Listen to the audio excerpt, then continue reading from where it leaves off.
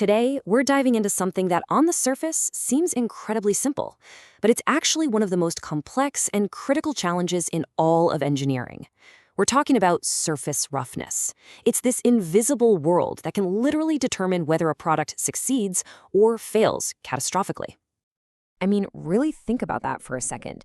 You could have the strongest metal, the most advanced coating, the most precisely made part, and the whole thing can be brought down by tiny, microscopic imperfections on its surface.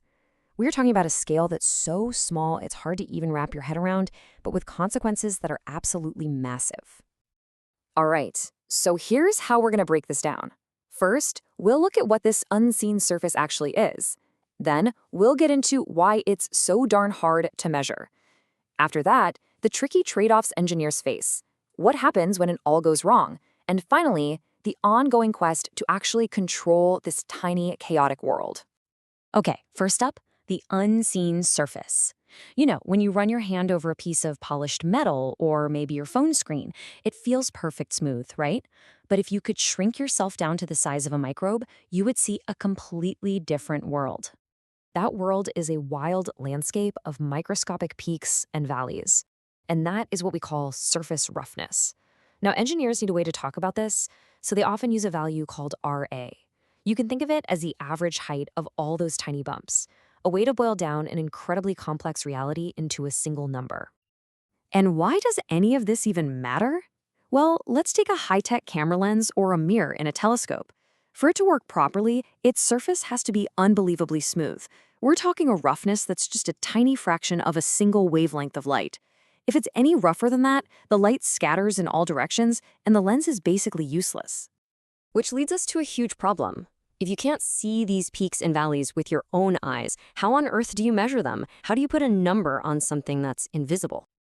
And this is where the real headaches start for engineers. First off, the equipment you need to measure this stuff, it is incredibly expensive. Then the process itself can take a really long time, which is a total killer in a manufacturing line that needs to move fast. And you know, even if you get a measurement, it's often hard to know what that number really means for performance. Like, will this exact roughness make the paint stick better or worse? It's not always clear. This really sums it up perfectly. On one hand, you have the dream, a fast, cheap, and super precise measurement. But on the other hand, you have the reality, a slow, expensive process that often gives you a picture that's kind of fuzzy and hard to interpret. So this brings us to what I like to call the engineer's dilemma. You might think the goal is just to make everything as smooth as possible, right? But nope, it's almost never that simple. In reality, it's a constant, frustrating balancing act. This quote just nails the problem. Let's say you're designing an amazing new car paint that can magically heal its own scratches. Awesome. But the very ingredients you add to make it self-healing can also make the surface rougher. And that, in turn, can make the paint less glossy, not as hard, and can even make it harder for other layers to stick to it. And this table just lays it out so clearly. You add these amazing little microcapsules, and boom! You get incredible self-healing powers and better impact resistance. But look at what you give up. The gloss takes a hit, adhesion gets worse, and so does hardness. All because those capsules are bumping up the surface roughness. You solve one problem and create 3 new ones. And this isn't just a one-off issue with coatings. We see the exact same kind of battle with advanced materials, like magnesium alloys. Engineers are trying to make a surface that's amazing at resisting corrosion, but also great at repelling water. Often, making it better at one makes it worse at the other. It's a fundamental challenge. So what happens when this balancing act fails?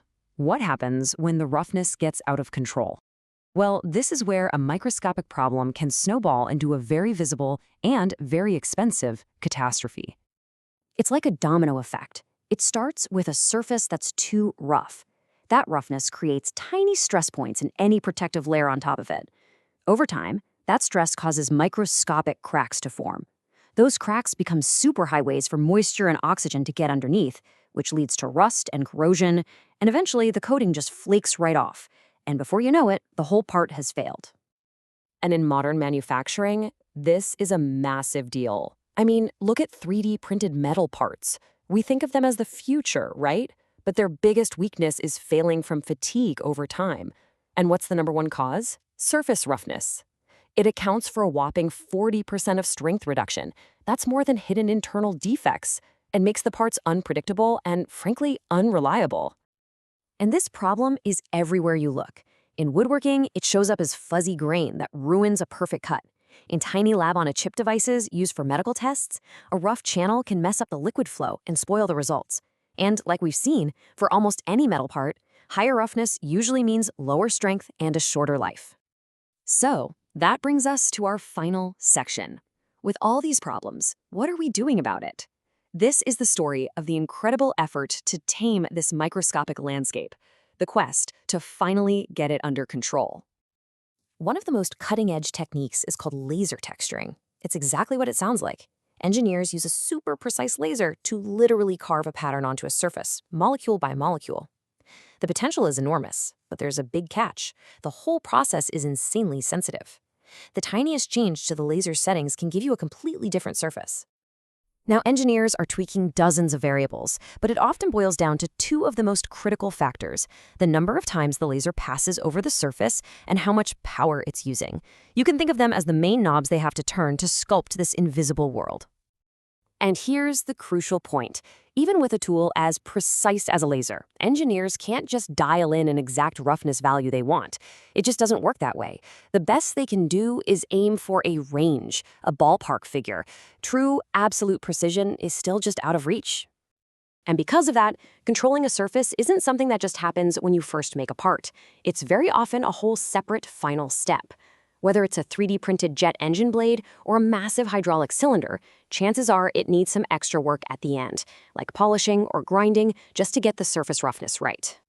Which really leaves us with one last question to think about. As our technology gets smaller, faster, and more complex, is it possible that our greatest engineering challenge isn't some grand new invention, but is instead the quest to finally master the chaotic, invisible, and all-important surfaces of the things we've already built?